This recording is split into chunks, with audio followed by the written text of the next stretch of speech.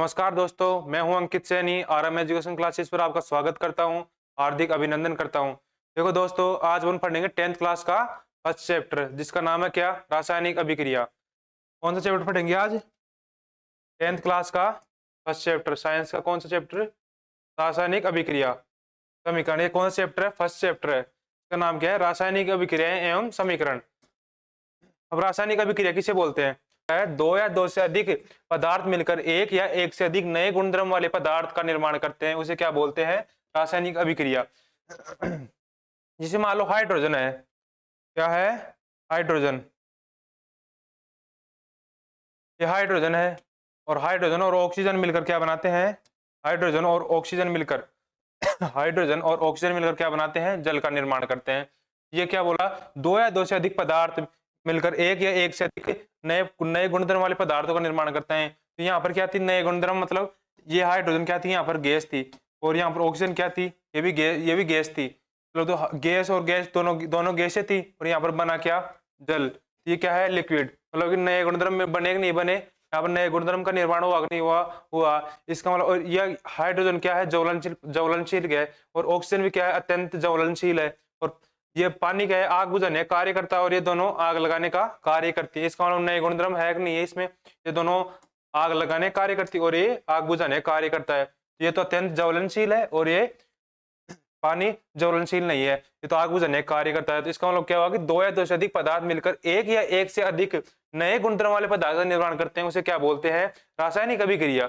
उसे क्या बोलते हैं? रासायनिक अभिक्रिया। उसके बाद क्या है? उसको उदाहरण देख लिए। और किसी भी रासायनिक अभिक्रिया और किसी भी रासायनिक अभिक्रिया को भौतिक विधियों से भौतिक विधियों की तरह उलट नहीं किया जा सकता। मतलब कि जैसे कोई रासायनिक अभिक्रिया है, उसको उलट नहीं किया जा सकता। जैसे मतलब पहली अवस्था में थी, उसको उसी अवस्था में वापस नहीं लाया जा सकता। जैसे मान लो कि दूध के अंदर छाछ डाल दे, तो क्या बन जाता है? दही बन जाता है। अब वापस से दही से दूध तो बन नहीं सकता। तो वो कौन सी अभिक्रिया है? रासायनिक अभिक्रिया। और भौतिक अभिक्रिया किसे बोलते हैं? जैसे मान लो कि भौतिक अभिक्रिया किसे बोलते हैं? जैसे मान लो कि बर्फ है, और बर्फ को पिघला दें, तो पिघलाने पर क्या बन जाएगा? पानी बन जाएगा। पानी से वापस बर्फ बन सकती है? नहीं बन सकती। इसका मतलब वो वापस पुनः उसी अवस्था में आ जाती है। तो कौन सी अभिक्रिया है? भौतिक अभिक्रिया। तो भौतिक अभिक्रिया तो कौन सी भौतिक अभिक्रिया अपन किस में पढ़ते हैं? 9th क्लास के अंदर। और ये 10th क्लास के अंदर क्या है? रासायनिक अभिक्रिया।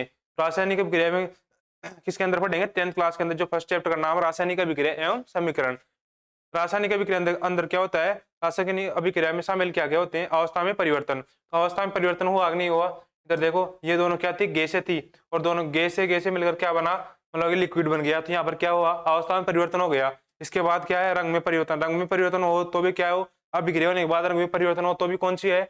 तो भी कौन सी होगी? रासायनिक अभिक्रिया। और तापमान में परिवर्तन हो जाए, अभिक्रिया होने के बाद, तो भी कौन सी होगी?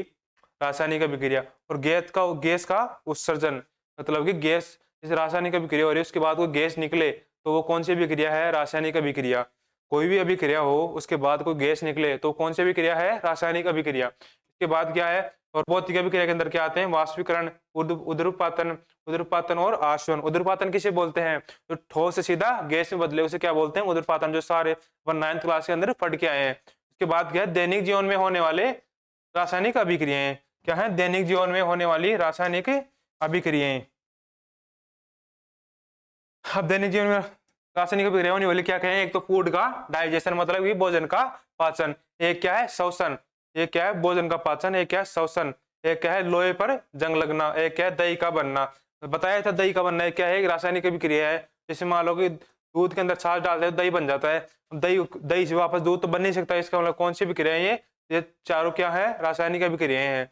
अब रासायनिक अभिक्रियाएं हैं। अभिक्रिया के अंदर क्या होता है? जैसे मान लो कि अपन ने पढ़ा था ऊपर पढ़ा था, जैसे मान लो कि ऑक्सीजन H2 और ऑक्सीजन मिलकर क्या बना रहे थे? जल बना रहे थे। यहाँ पर क्या था? H2 प्लस O, और बनकर क्या बना रहे थे? H2O। तो इसका मतलब यहाँ पर ये तो क्या है? ये तो क्या है? अभिकारक। ये तो क्या है? अभिकारक। और ये क्या है? उत्पाद। जो अभिक्रिया के अंदर भाग ले, उसे क्या बोलते हैं? अभिकारक। और जो अभिकार मतलब जो अभी रासायनिक अभिक्रिया होने के बाद, इस रासायनिक अभिक्रिया के बाद जो बनता है, उसे क्या बोलते हैं? उत्पाद। जिसे उसे क्या बोलते हैं, उत्पाद। इसमें क्या लिख रखा है, अभिकारक। अभिकारक किसे बोलेंगे, ऐसे पदार्थ जो किसी रासायनिक अभिक्रिया में भाग ले, रासायनिक अभिक्रिया में भाग ले, हिस्सा ले। ऐसे पदार्थ जो रासायनिक अभिक्रिया के अंदर हिस्सा ले, उसे क्या बोलते हैं, अभिकारक। उसे क्या बोलेंगे, अभिकारक। और ऐसे ऐसे पदार्थ जिनका निर्माण रासायनिक अभिक्रिया से होता है, वह पदार्थ जिनका निर्माण रासायनिक अभिक्रिया से होता है, उसे क्या बोलते हैं, उसे उत्पाद बोलते हैं। उसे क्या बोलते हैं, उत्पाद या प्रोडक्ट बोलते हैं। उसके बाद क्या है, उसके बाद है इसके एग्जांपल, जैसे मान लो कि हाइड्रोजन और ऑक्सीजन मिलकर क्या बनाते हैं, जल का निर्माण करते हैं। तो इसमें हाइड्रोजन हाइड्रोजन और ऑक्सीजन क्या है, ये तो क्या है, ये तो दोनों हो गए क्या, ये तो हो गए अभिकारक, क्योंकि ये रासायनिक अभिक्रिया के अंदर भाग ले रहे हैं, नहीं ले रहे हैं। और इसके बाद जो जो प्रोडक्ट क्या बना, जल, तो इसका मतलब ये क्या है, उत्पाद। तो रासायनिक अभिक्रिया के अंदर जो भाग लेते हैं उसको क्या बोलते हैं, रासायनिक अभिक्रिया के अंदर जो भाग लेते हैं उसको क्या बोलते हैं, अभिकारक। और जो रासायनिक अभिक्रिया के जो बाद बनते हैं उसे क्या बोलते हैं, उत्पाद। जो एग्जांपल देख लिया, हाइड्रोजन ऑक्सीजन मिलकर क्या बनाते हैं, जल का निर्माण करते हैं या पानी का निर्माण करते हैं। इसके बाद इसके बाद क्या है, रासायनिक अभिक्रिया। अब अपन चैप्टर का नाम क्या पढ़ाता है, तो रासायनिक अभिक्रिया एवं समीकरण। अब रासायनिक अभिक्रिया का मतलब तो समझ लिया। उसके बाद क्या है, रासायनिक समीकरण। रासायनिक समीकरण को किसे बोलते हैं, रासायनिक अभिक्रिया को रासायनिक समीकरण द्वारा निरूपित किया जाता है, मतलब कि प्रदर्शित किया जाता है। तो रासायनिक अभिक्रिया होती है, जैसे मान लो अपने पढ़ा था H2+O, इससे क्या बनता है, जल बनता है। तो रासायनिक अभिक्रिया उसे क्या बोलते हैं, उसे रासायनिक समीकरण द्वारा प्रदर्शित करते हैं। उसके बाद क्या है, रासायनिक समीकरण के अभिकारकों और उत्पादों में पदार्थ के प्रतीकों को मतलब क्या होता है, सूत्र का इस्तेमाल किया जाता है। जैसे मान लो कि पदार्थ के प्रतीकों सूत्र का मतलब क्या होता है, मान लो मैग्नीशियम है, मैग्नीशियम को प्रतीक क्या होता है, Mg। मैग्नीशियम का प्रतीक क्या होता है, मैग्नीशियम का प्रतीक क्या होता है, Mg। इसका मतलब क्या है, इसका सूत्र हो गया किसका, मैग्नीशियम का सूत्र क्या है, Mg। ऐसे ही सोडियम का क्या है, Na। जैसे यहाँ पर क्या बोल रहा है कि रासायनिक समीकरण के अभिकारकों और उत्पादों, मतलब कि रासायनिक समीकरण के अभिकारकों और उत्पादों में पदार्थ के प्रतीकों का इस्तेमाल किया जाता है, मतलब कि सूत्र का इस्तेमाल किया जाता है। मतलब मैग्नीशियम है उसको ऐसे लिखा जाएगा, सोडियम उसको ऐसे लिखा जाएगा, ऑक्सीजन उसको ओ से लिखा जाएगा। ऐसे क्या है, इनके सूत्रों का इस्तेमाल किया जाता है। उसके बाद क्या है, प्रतीकों के साथ उनकी अवस्था, उनकी भौतिक अवस्था को भी दर्शाया जाता है, मतलब कि प्रतीकों के साथ उनकी भौतिक अवस्था को दर्शाया जाता है कि वो कौन सी अवस्था में है। तो इसका मतलब जैसे मान लो मैग्नीशियम है, ये क्या होता है, धातु है, तो ये क्या है, सॉलिड अवस्था में होता है, मतलब कि ठोस अवस्था में होता है। उसके बाद क्या है, सोडियम, और ये मान लो ऑक्सीजन है, ये क्या है, गैस अवस्था में होता है। तो इसको ये क्या है, इसको क्या इसको किससे प्रदर्शित करेंगे, जी से। सॉलिड है तो इसको ऐसे, मतलब कि मैग्नीशियम क्या होता है, ठोस होता है। इसके बाद क्या है, मैग्नीशियम रिबन को वायु ऑक्सीजन में दहन करेंगे तो उसके बाद क्या बनेगा, मैग्नीशियम ऑक्साइड। मतलब कि मैग्नीशियम के साथ उसमें ऑक्सीजन क्या है, वो ज्वलनशील पदार्थ कौन सा है, ऑक्सीजन। तो यहाँ पर क्या है, वायु की जगह क्या आ गया, ऑक्सीजन। तो मैग्नीशियम रिबन का वायु में ऑक्सीजन में दहन कर मैग्नीशियम ऑक्साइड बनाना, क्या मैग्नीशियम ऑक्साइड बनाना, ये क्या है, एग्जाम्पल है। मैग्नीशियम ऑक्साइड मतलब मैग्नीशियम का सूत्र क्या होता है, Mg। मैग्नीशियम का सूत्र क्या होता है, Mg प्लस। उसके बाद क्या है, ऑक्सीजन। मैग्नीशियम और ऑक्सीजन मिलकर किसका निर्माण करते हैं, MgO का, मतलब कि मैग्नीशियम ऑक्साइड का निर्माण करते हैं। तो अपन ने क्या पढ़ा, पहले तो उनकी जो अपन ने क्या पढ़ा, रासायनिक अभिक्रिया में रासायनिक समीकरण द्वारा प्रदर्शित करते हैं, अपने समीकरण प्रदर्शित कर दिया। उसके बाद क्या पढ़ा, रासायनिक समीकरण की अभिकारकों और उत्पादों को, मतलब कि पदार्थ में प्रतीक सूत्र से इस्तेमाल किया जाता है। सूत्र अपन ने लिख दिया, मैग्नीशियम का Mg लिख दिया, ऑक्सीजन का O2 लिख दिया, और मैग्नीशियम ऑक्साइड का MgO लिख दिया। उसके बाद क्या, उनकी भौतिक अवस्था को दर्शाया जाता है। अब मैग्नीशियम क्या है, यहाँ पर मैग्नीशियम यहाँ पर क्या है, सॉलिड, मतलब कि ठोस अवस्था में है, तो यहाँ पर क्या आएगा, S आएगा। यहाँ पर क्या आएगा, S। उसके बाद ऑक्सीजन क्या है, गैसीय अवस्था में है, तो यहाँ पर क्या आएगा, G। उसके बाद MgO, ये क्या है, सॉलिड है, मतलब कि ठोस अवस्था में है, तो यहाँ पर क्या आएगा, S। यहाँ पर क्या आएगा, S।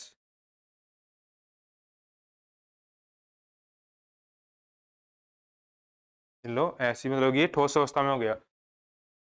अब ये अभी क्या है कि अब जो ठोस अवस्था में होगा, मतलब सॉलिड होएगा, उसको किससे प्रदर्शित करेंगे, S से। जो लिक्विड अवस्था में होगा, द्रव अवस्था में होगा, उसको किससे प्रदर्शित करेंगे, एल से। और जो गैसीय अवस्था में होगा उसको किससे प्रदर्शित करेंगे, जी से। और जो जलीय विलयन में कोई अभिक्रिया होगी उसको किससे प्रदर्शित करेंगे, एक्यू से, मतलब कि एक्वस बोलेंगे उसे, एक्यू मतलब कि एक्यू बोलेंगे या एक्वस। जो गैस होगा उसे जी से प्रदर्शित करेंगे, जो लिक्विड होगा, द्रव होगा, उसे एल से प्रदर्शित करेंगे। उसके बाद जो सॉलिड होगा, जो ठोस होगा, उसे किससे प्रदर्शित करेंगे, एस से प्रदर्शित करेंगे। इसके बाद देखो ये Mg है और ये O2 है और ये MgO है। यहाँ पर जितने अभिक्रिया के पहले परमाणु है, जितने अभिक्रिया के पहले परमाणु की संख्या होती है उतनी अभिक्रिया के बाद अभिक्रिया, मतलब अभी जितनी अभिकारकों के अंदर परमाणु की संख्या होती है, परमाणु की संख्या होती है, उतनी अभिक्रियाओं के बाद मतलब उत्पाद के अंदर होनी चाहिए परमाणु की संख्या। तो यहाँ पर Mg कितना है, 1, यहाँ पर भी Mg कितना है, 1। यहाँ पर ऑक्सीजन क्या है, 2, यहाँ पर ऑक्सीजन कितना है, 1। मतलब कि इसको भी संतुलित करना पड़ेगा। अभिक्रिया के अंदर क्या क्या होता है कि ना तो उसमें द्रव्यमान कम होता है ना द्रव्यमान ज्यादा होता है। अब द्रव्यमान कम ज्यादा कम नहीं होगा तो उनकी परमाणु की संख्या क्या होगी, अभिकार को और उत्पादों में क्या होगी, बराबर होगी। तभी तो उनका द्रव्यमान क्या रहेगा, बराबर रहेगा। यहाँ पर देखो Mg क्या है, 1, और यहाँ पर ऑक्सीजन क्या है, 2, और यहाँ पर क्या है, Mg 1, सही, ये तो सही है, Mg 1 है, यहाँ पर भी 1 है। यहाँ पर ऑक्सीजन क्या है, 2 है, और यहाँ पर ऑक्सीजन क्या है, 1 है। इसको संतुलित कैसे करेंगे, यहाँ पर पहले क्या करेंगे, Mg तो यहाँ पर 1 है, यहाँ पर भी 1 है, और यहाँ पर ऑक्सीजन क्या है, 2, यहाँ पर ऑक्सीजन यहाँ पर 1 है, यहाँ पर क्या लगा देंगे, 2 लगा देंगे। यहाँ 2 लगाएंगे तो यहाँ पर क्या हो जाएगा, 2 Mg हो जाएंगे और 2 ऑक्सीजन हो जाएंगे। तो यहाँ पर ये तो सही हो गया। इसके बाद क्या है, Mg के यहाँ पर क्या हो गए, 2 गए, यहाँ पर 2 लगा देंगे, यहाँ पर 2 लगाएंगे तो 2 Mg यहाँ पर हो गए, यहाँ पर 2 Mg हो गई, यहाँ पर भी 2 Mg, यहाँ पर 2 ऑक्सीजन हो गई, यहाँ पर भी 2 ऑक्सीजन। इसका मतलब ये अभिक्रिया क्या हो गई, संतुलित हो गई। इस अभिक्रिया को संतुलित ऐसे करते हैं। इसके बाद आगे एग्जाम्पल और देखते हैं। अब आगे क्या क्या पढ़ रहे हैं अपन, रासायनिक अभिक्रिया को संतुलित करना। रासायनिक अभिक्रिया को संतुलित कैसे करेंगे, रासायनिक समीकरण को संतुलित कैसे करेंगे, तो उसको देखते हैं अभी।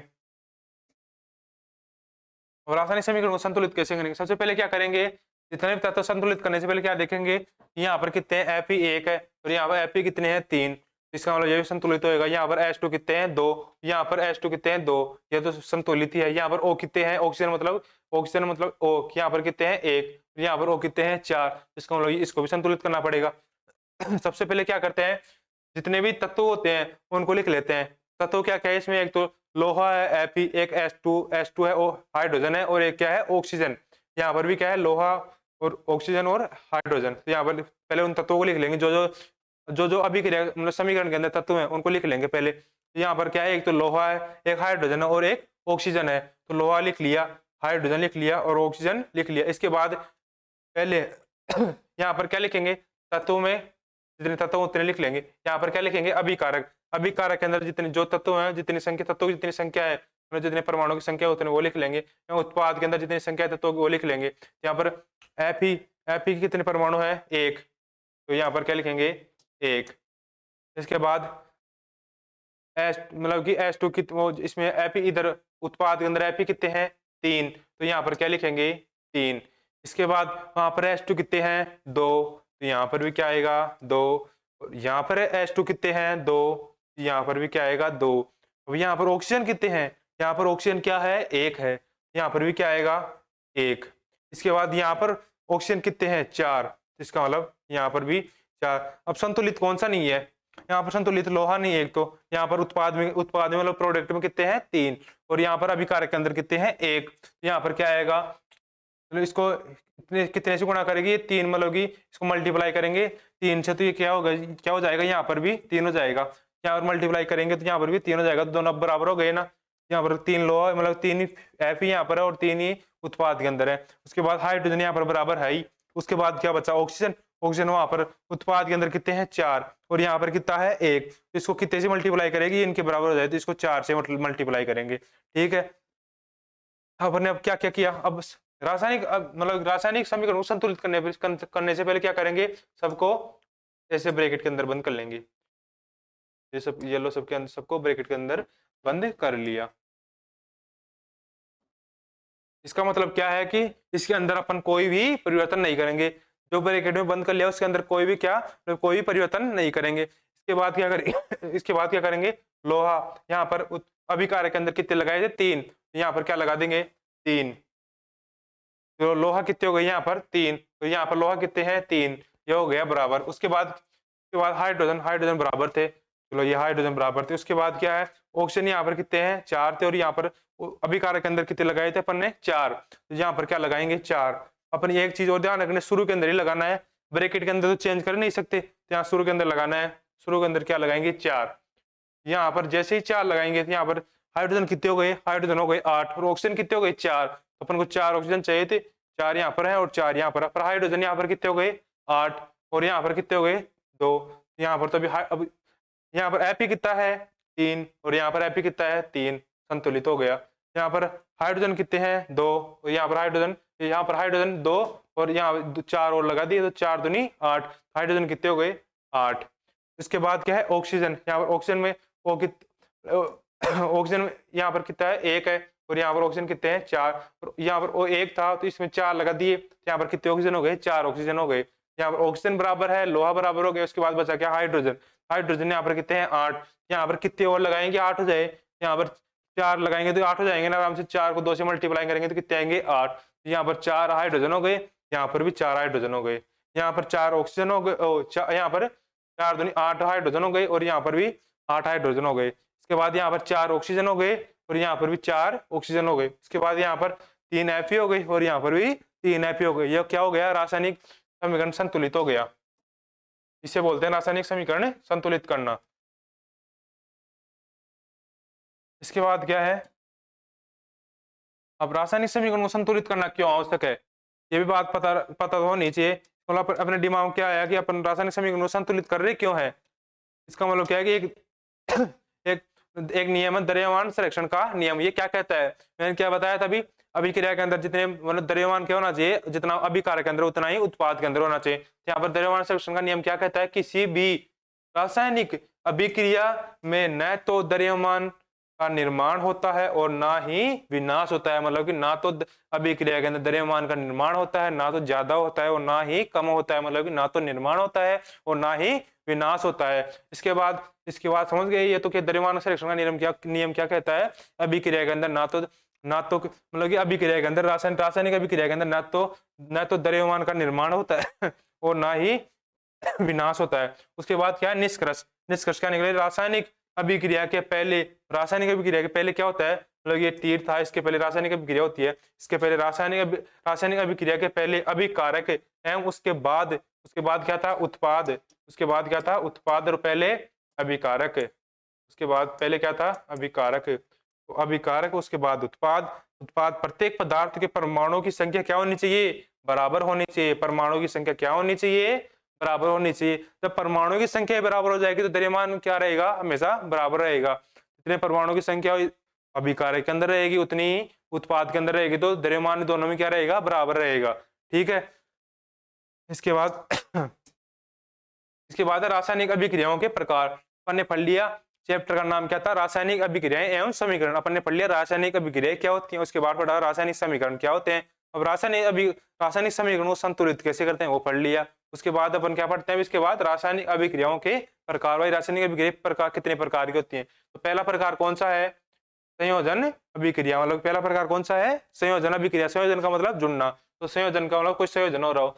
ऐसी इस अभिक्रिया के अंदर दो या दो से अधिक पदार्थ, इस अभिक्रिया के अंदर दो या दो से अधिक अभिकारक, इस अभिक्रिया के अंदर क्या करेंगे, दो या दो से अधिक अभिकारक मिलकर क्या बनाएंगे, एक ही उत्पाद बनाएंगे।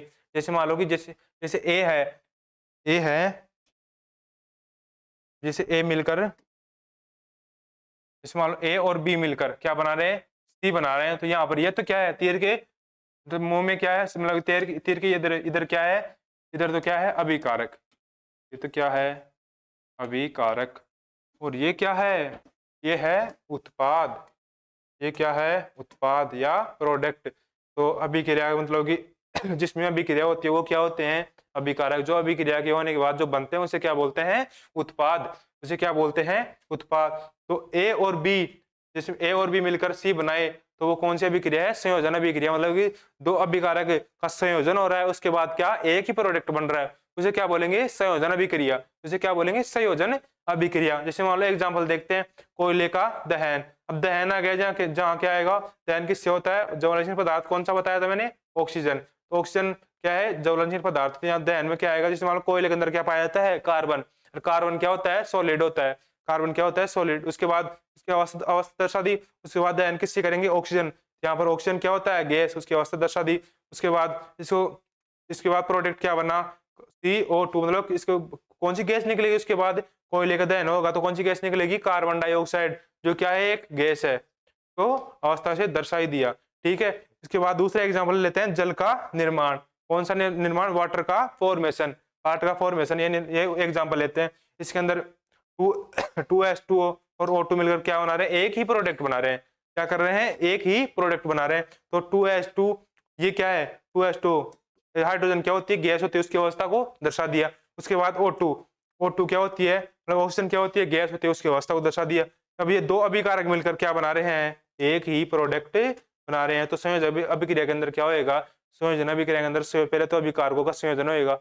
दो अभिकारकों का संयोजन होके उसके बाद एक ही प्रोडक्ट बने, तो कौन सी अभिक्रिया है, संयोजन अभिक्रिया। संयोजन अभिक्रिया के अंदर एक ये अभिकारक है, ये एक अभिकारक है, दोनों अभिकारक मिले, उसके बाद क्या बना, एक ही उत्पाद बना, मतलब कि 2H2O बना। तो ये क्या है, ये तो है उत्पाद, और ये क्या है, अभिकारक।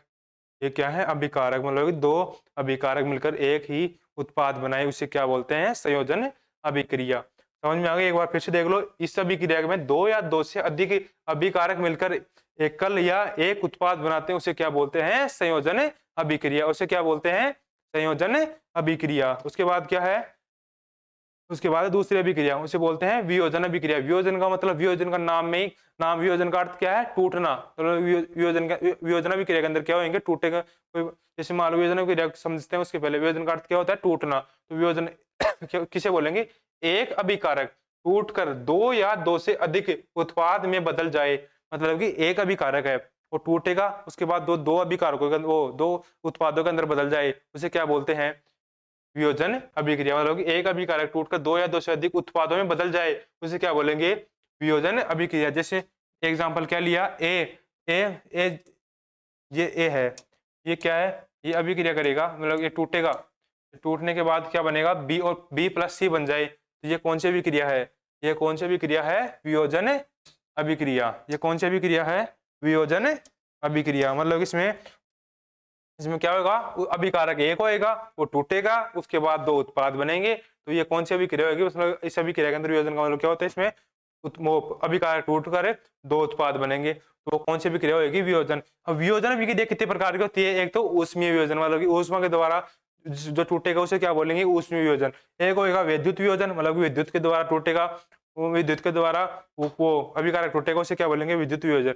उसके बाद क्या है, प्रकाशीय वियोजन, मतलब प्रकाश के द्वारा वियोजन होगा, उसे क्या बोलेंगे, प्रकाशीय वियोजन। इनको डिटेल में पढ़ेंगे आगे, तो डिटेल में इनको आगे पढ़ते हैं। अब क्या है, ऊष्मा का वियोजन। अब ऊष्मा का वियोजन किसे बोलेंगे,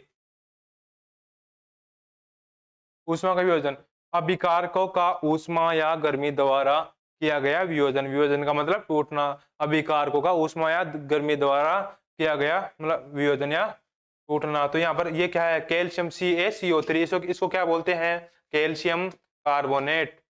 कैल्शियम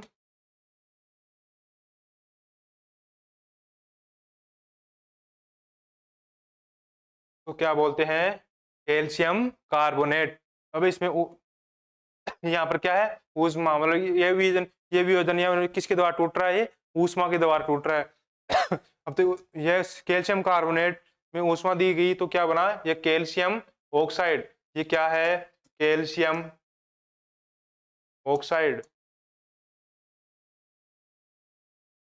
ये क्या है, कैल्शियम ऑक्साइड प्लस क्या है, carbon dioxide, carbon dioxide, carbon die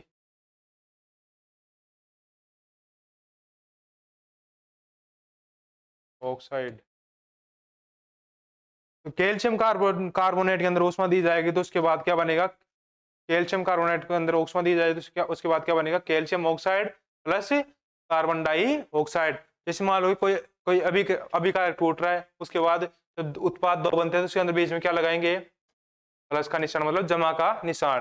तो जैसे मान लो कैल्शियम कार्बोनेट कैल्शियम कार्बोनेट को अंदर ऊष्मा दी जाएगी तो क्या बनेगा, calcium oxide plus carbon dioxide. ये एग्जाम के लिए इसमें लगभग 2-3 साल से क्वेश्चन आता रहता है, तो इसको क्या करना है याद रखना है। उसके बाद कौन सा पढ़ा था अपन ने, दूसरा विद्युत वियोजन, मतलब विद्युत द्वारा वियोजन हो, विद्युत द्वारा टूटे। तो ये क्या है, विद्युत धारा में विद्युत धारा के प्रभावित होने के कारण होने वाला वियोजन, मतलब कि विद्युत धारा के गुजारी जाए उसके अंदर, फिर उसके बाद जो वियोजन हो उसे क्या बोलेंगे, विद्युत वियोजन। उसे क्या बोलेंगे, विद्युत वियोजन। जैसे मान लो 2H2O है, उसके अंदर विद्युत धारा गुजारी जा रही है, 2H2O है, उसके अंदर क्या करी जा रही है, जल है, उसके अंदर विद्युत धारा गुजारी जा रही है, तो क्या बनेगा 2H2। ये क्या है, जो कि क्या है, ये एक गैस है, और यहाँ पर ये 2H2O, ये मतलब ये जल है, तो यहाँ पर क्या है, ये लिक्विड। और यहाँ पर कौन सी अवस्था है, यहाँ पर हाइड्रोजन की गैसीय अवस्था, यहाँ पर ऑक्सीजन क्या है, गैसीय अवस्था में, जिसकी अवस्था को प्रदर्शित कर दिया। तो पानी के अंदर जब विद्युत धारा गुजारी जाएगी तो क्या बनेगा, 2H2O प्लस O2। तो इनकी अवस्था क्या है, गैस, इनकी अवस्था क्या है, गैस। और जो जल होता है वो क्या होता है, लिक्विड फॉर्म में होता है। जल क्या होता है, लिक्विड फॉर्म में होता है। तो इसको यहाँ किससे प्रदर्शित किया, L से प्रदर्शित किया। इसके बाद क्या, इसके बाद है प्रकाशीय वियोजन। इसके बाद क्या, इस तीसरा कौन सा था, प्रकाशीय वियोजन। तो प्रकाशीय वियोजन किसे बोलेंगे, प्रकाशीय वियोजन किसे बोलेंगे, प्रकाशीय वियोजन जैसे मान लो कि प्रकाशीय वियोजन किसे बोलेंगे, सूर्य के प्रकाश की उपस्थिति में होने वाला वियोजन। जो सूर्य की प्रकाश की उपस्थिति में होने वाला वियोजन, उसे कौन सा वियोजन कहेंगे, प्रकाशीय वियोजन। प्रकाशीय वियोजन जैसे मान लो 2AgCl है, सिल्वर क्लोराइड है, इसे क्या बोलते हैं, सिल्वर क्लोराइड।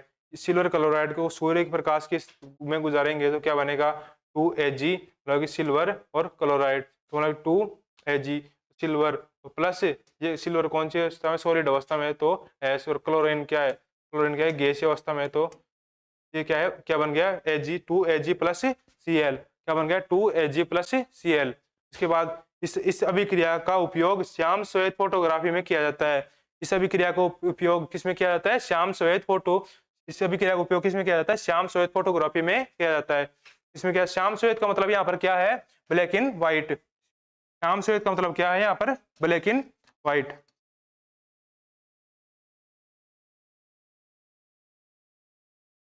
मतलब कि प्रकाशीय वियोजन किसे बोलेंगे, सूर्य के प्रकाश की उपस्थिति में होने वाला वियोजन, उसे क्या बोलेंगे, प्रकाशीय वियोजन। जी, इसमें क्या होगा, सिल्वर क्लोराइड होएगा, जिसमें सूर्य का प्रकाश गुजारेंगे तो क्या बनेगा, 2Ag। और जो इसकी अवस्था कौन सी है, सॉलिड है, ठोस अवस्था में है। उसके बाद क्या बनेगा, क्लोराइड। क्लोराइड मतलब इसकी कौन सी अवस्था में, गैसीय अवस्था में है। ये इनकी अवस्था दर्शा दी। इसके बाद क्या बोला, इस अभिक्रिया का उपयोग श्याम श्वेत फोटोग्राफी में किया जाता है, मतलब कि ब्लैक एंड व्हाइट फोटोग्राफी होती है, उसमें किसका प्रयोग किया जाता है, AgCl का, मतलब कि सिल्वर क्लोराइड का उपयोग किसमें किया जाता है, श्याम श्वेत या ब्लैक एंड व्हाइट फोटोग्राफी के अंदर किया जाता है। उसके बाद कौन सा है उसके बाद इसके एक बार रिवीजन कर लेते हैं जितना पढ़ा है उसका।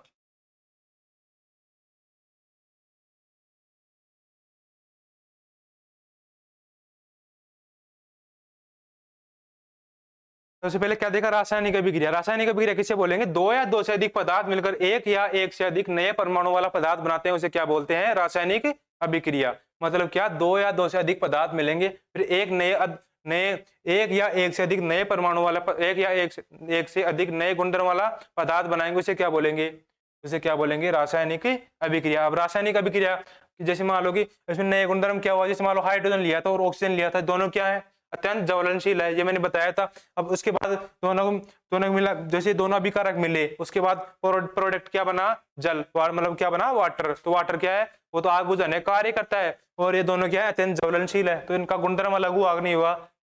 उसके बाद क्या पढ़ा, और किसी भी रासायनिक अभिक्रिया को भौतिक विधियों की तरह उलट नहीं किया जा सकता। जैसे रासायनिक विधियों में बता दिया था मैंने, मान लो गैस का औसतन अवस्था में परिवर्तन, रासायनिक अभिक्रिया के अंदर क्या क्या होता है, पहले तो अवस्था में परिवर्तन, अवस्था के अंदर परिवर्तन होता है नहीं होता। जैसे मान लो यहाँ पर हाइड्रोजन था, ये गैसीय अवस्था में था। उसके बाद यहाँ पर क्या था, ऑक्सीजन, ये भी गैसीय अवस्था में था। उसके बाद प्रोडक्ट क्या बना, जल, ये किस में है, ये लिक्विड फॉर्म में है। तो ये इसकी मतलब क्या होता है, रासायनिक अभिक्रिया के अंदर अवस्था में परिवर्तन होता है। ऐसे ही रंग में परिवर्तन हो तो भी कौन सी अभिक्रिया, रासायनिक अभिक्रिया।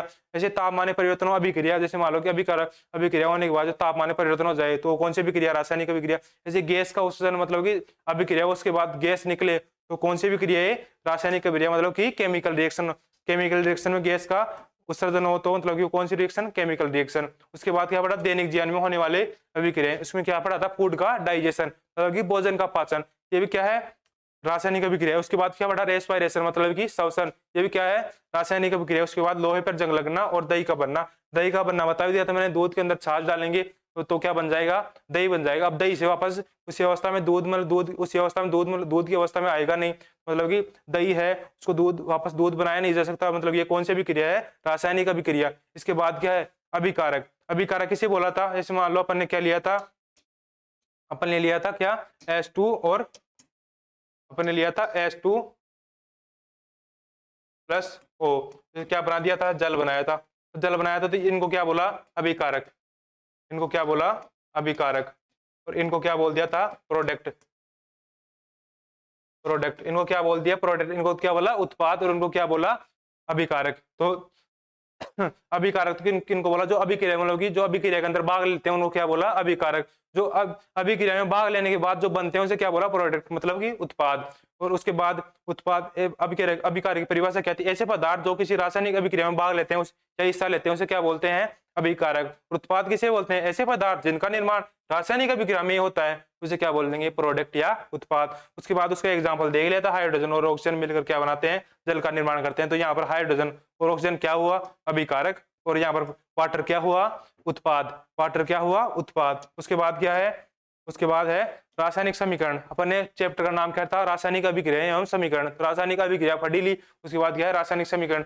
रासायनिक समीकरण क्या बोल रहा है कि रासायनिक अभिक्रिया को रासायनिक समीकरण द्वारा निरूपित किया जाता है। मतलब जो भी आपने रासायनिक अभिक्रिया बनाई थी H2 प्लस O, उसके बाद जल बना दिया था, तो वो क्या हो गई, एक रासायनिक अभिक्रिया हो गई। उसको ही रासायनिक समीकरण मतलब रासायनिक समीकरण द्वारा प्रदर्शित किया जाता है या निरूपित किया जाता है। उसके बाद क्या लिखा हुआ है, रासायनिक समीकरण के अभिकारकों और उत्पादों में पदार्थों के प्रतीकों सूत्र का इस्तेमाल किया जाता है। मतलब जैसे मालूम बताया था मैंने, जैसे मालूम मैग्नीशियम है, उसको किससे प्रदर्शित करते हैं, Mg से। उसको किससे प्रदर्शित करते हैं, Mg से। यहाँ पर मैग्नीशियम है, मैग्नीशियम को किससे, Mg से। ऐसे सोडियम है, उसको किससे, Na से। ऐसे ऑक्सीजन है, ऐसे ही इसमें मान लो कि आप ले लो क्लोरीन ले लो। ऐसे ही ये एग्जाम्पल किसके हैं, इनको मतलब कि जैसे मान लो इनके नाम है, इनको सूत्रों से प्रदर्शित किया जा रहा है कि नहीं किया जा रहा है, मैग्नीशियम, सोडियम, ऑक्सीजन, क्लोरीन, इनको क्या सूत्रों से प्रदर्शित किया जाता है। ऐसे लिथियम है, लिथियम। अब इसमें क्या है, रासायनिक अभिक्रियाओं को रासायनिक समीकरण द्वारा निरूपित कर दिया। उसके बाद क्या किया, रासायनिक समीकरणों के अभिकारकों और उत्पादों को उनके प्रतीकों में प्रदर्शित कर दिया। मतलब उनके सूत्रों को लिख दिया, नाम से क्या बना दिए, सूत्र बना दिए। उसके बाद क्या है, प्रतीकों के साथ साथ उनकी भौतिक अवस्था को दर्शाया जाता है। जैसे मान लो सोडियम है, ऐसे ही मैग्नीशियम, मैग्नीशियम क्या होता है, धातु होता है। ये क्या होता है, सॉलिड अवस्था में होता है, मतलब कि ठोस अवस्था में होता है। जैसे ऑक्सीजन है, ये क्या गैसीय अवस्था में है, इसे किससे प्रदर्शित करेंगे, जी से। उस गैसीय अवस्था किससे प्रदर्शित करेंगे, जी से। ऐसे लिक्विड फॉर्म में उसे किससे प्रदर्शित करेंगे, एल से। ऐसे ही ठोस अवस्था में, मतलब सॉलिड अवस्था में, उसे किससे प्रदर्शित करेंगे, एस से। ऐसे कोई जलीय विलयन में अभिक्रिया हो रही है, उसे किससे प्रदर्शित करेंगे, एक्यू से, मतलब कि एक्वस से। ऐसे मैंने बताया था और एक एग्जांपल लिया था कि मैग्नीशियम रिबन को वायु का दहन, वायु में दहन। अब दहन के लिए क्या बताया था मैंने, अत्यंत ज्वलनशील क्या होता है, ऑक्सीजन होता है। यहाँ वायु की जगह क्या काम में लिया जाएगा, ऑक्सीजन। तो मैग्नीशियम रिबन का ऑक्सीजन में दहन कर क्या बनाते हैं, मैग्नीशियम ऑक्साइड बनाते हैं। तो मैग्नीशियम का फॉर्म मतलब मैग्नीशियम का सूत्र क्या होता है, Mg। उसके बाद प्लस, उसके बाद क्या क्या क्या मिलाया इसके अंदर, मैग्नीशियम ऑक्साइड रिबन को ऑक्सीजन का दहन किया तो ऑक्सीजन को O2। उसके बाद मैग्नीशियम ऑक्साइड क्या बनता है, विक्रिया कराने के बाद उत्पाद क्या बनता है, मैग्नीशियम ऑक्साइड, मतलब कि MgO। ये क्या बना, प्रोडक्ट क्या बना, मतलब उत्पाद क्या बना, मैग्नीशियम ऑक्साइड। ये दोनों तो क्या है, अभिकारक, और ये क्या है, उत्पाद। अब अभिकारक की अवस्था क्या है, मैग्नीशियम की अवस्था क्या है, सॉलिड है, तो ये S। उसके बाद ये क्या है, ये क्या है, गैस है, तो ये इनको गैस से प्रदर्शित करेंगे। ये क्या है, ठोस है, तो इसको S लिख देंगे। अब ऐसे ही इनको संतुलित करेंगे, तो ये संतुलित कैसे करेंगे, यहाँ पर मैग्नीशियम है, यहाँ पर एक मैग्नीशियम, यहाँ पर भी एक मैग्नीशियम, यहाँ पर O2 2 है, यहाँ पर O2 क्या है, 1 है, यहाँ पर 2 लगा देंगे। यहाँ पर 2 O2 हो गए, यहाँ पर भी 2 O2 हो गए। पर यहाँ पर क्या हो गया, मैग्नीशियम क्या हो गया, 2 हो गया। यहाँ पर मैग्नीशियम क्या है, 1, यहाँ पर भी क्या लगा देंगे, 2 लगा देंगे। तो क्या फॉर्मूला बन गया, 2Mg। तो ये कौन सी अवस्था है, सॉलिड अवस्था है। उसके बाद क्या है, O2, ये कौन सी अवस्था है, गैसीय अवस्था है। उसके बाद क्या है, MgO, ये कौन सी अवस्था है, सॉलिड। और यहाँ पर क्या आएगा, 2 आएगा। ठीक है, तो ये क्या हो गया, रासायनिक अभिक्रिया को संतुलित कैसे करेंगे, ऐसे करेंगे। उसके बाद क्या है,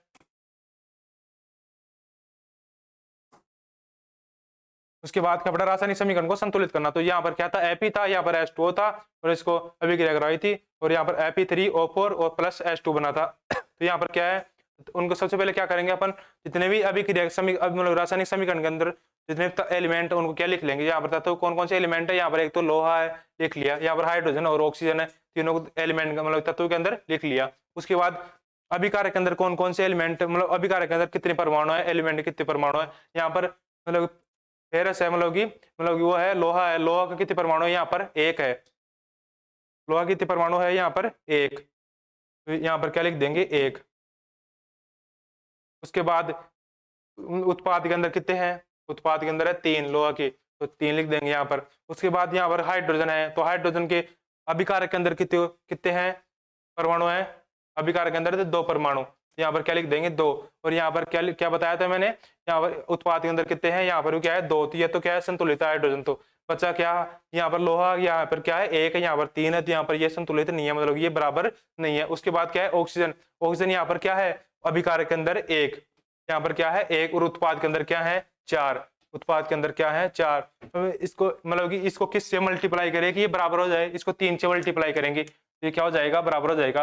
यहाँ पर भी क्या हो जाएंगे तीन, ये हाइड्रोजन बराबर आई, बच्चा ऑक्सीजन, ऑक्सीजन को कितने से मल्टीप्लाई करेंगे, यहाँ पर की अभिकारक के अंदर ये भी चार हो जाए, तो इसको चार से मल्टीप्लाई करेंगे, ये भी चार हो गया।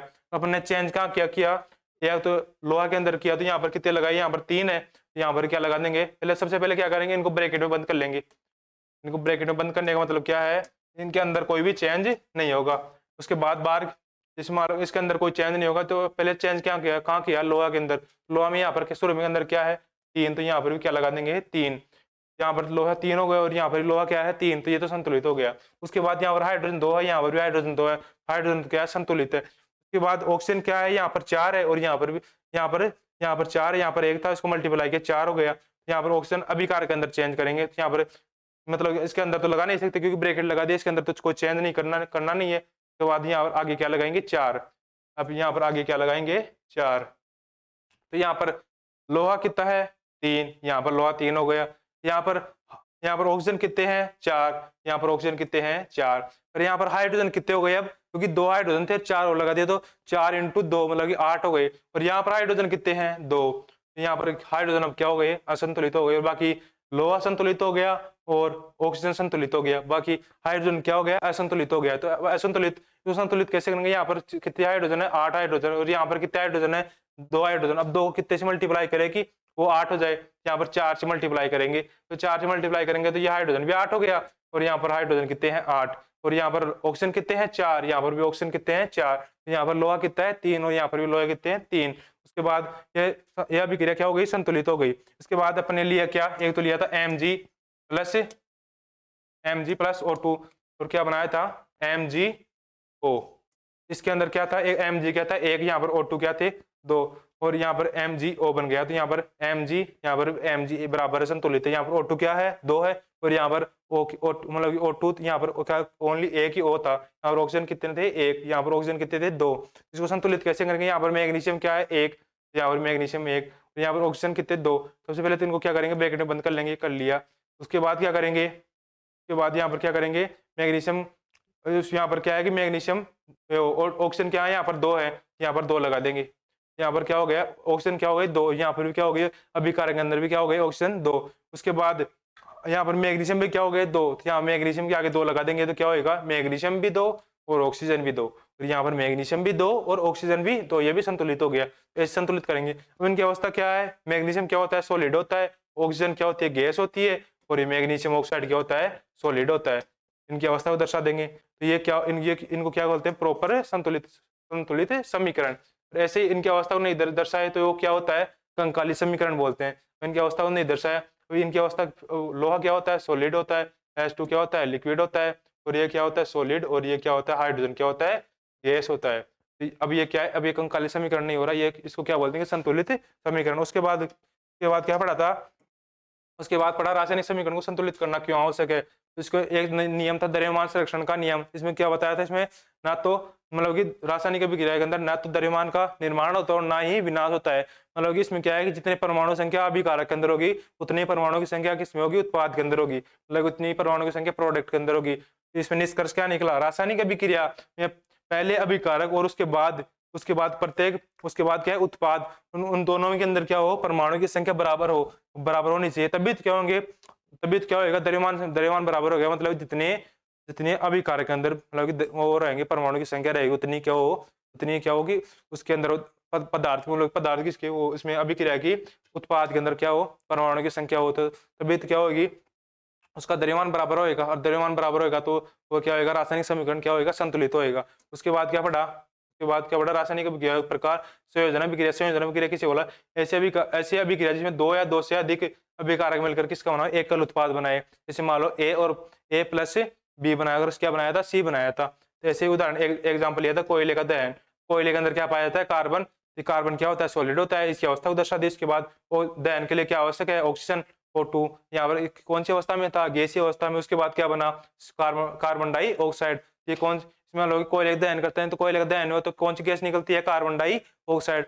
कोयले का दहन करते हैं तो कौन सी गैस निकलती है, कार्बन डाइऑक्साइड। उसके बाद क्या था, वाटर का फॉर्मेशन। वाटर का फॉर्मेशन के अंदर H2 ले लिया तो मैंने 2H2। ये कौन सी 2H2 हाइड्रोजन क्या पर यहाँ पर क्या है, गैसीय अवस्था में है। और यहाँ पर O2 ये भी क्या है, ऑक्सीजन भी क्या है, गैसीय अवस्था में है। उसके बाद ये क्या बना 2H2, ये कौन सी फॉर्म में है, लिक्विड फॉर्म में। उसके बाद क्या देखा, वियोजन अभिक्रिया, इसमें टूटना, वियोजन का मतलब क्या होता है, टूटना, और संयोजन का मतलब क्या होता है, जुड़ना।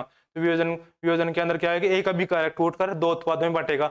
जैसे इसमें क्या है कि एक अभिकारक टूटकर दो या दो से अधिक उत्पादों में बदल जाए, उसे क्या बोलेंगे, वियोजन अभिक्रिया।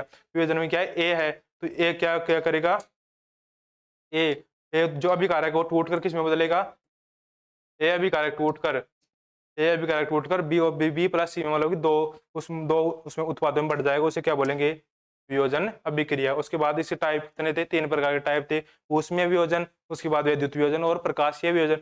वो इनको डिटेल में पढ़ लिया अपन ने। उसमें वियोजन किसे बोलेंगे, अभिकारक का उसमें ऊष्मा गर्मी द्वारा किया गया, अभिकारक का ऊष्मा गर्मी द्वारा किया गया वियोजन। मतलब कि इसमें क्या लिया था, कैल्शियम कार्बोनेट लिया। ये क्या होता है, सॉलिड अवस्था में, उसके अंदर ऊष्मा गुजारी तो क्या बना, कैल्शियम ऑक्साइड। कैल्शियम ऑक्साइड ये किसमें, कौन सी अवस्था में होता है, सॉलिड में। और यहाँ पर क्या बना, कार्बन डाइऑक्साइड, जो कि ऐसी अवस्था में होता है। उसके बाद क्या होता है, विद्युत वियोजन। विद्युत वियोजन में क्या होता है, विद्युत धारा के प्रवाहित होने के कारण होने वाला वियोजन। इसमें क्या होता है, 2H2 वाटर के अंदर विद्युत धारा गुजारी तो क्या बना, हाइड्रोजन और ऑक्सीजन।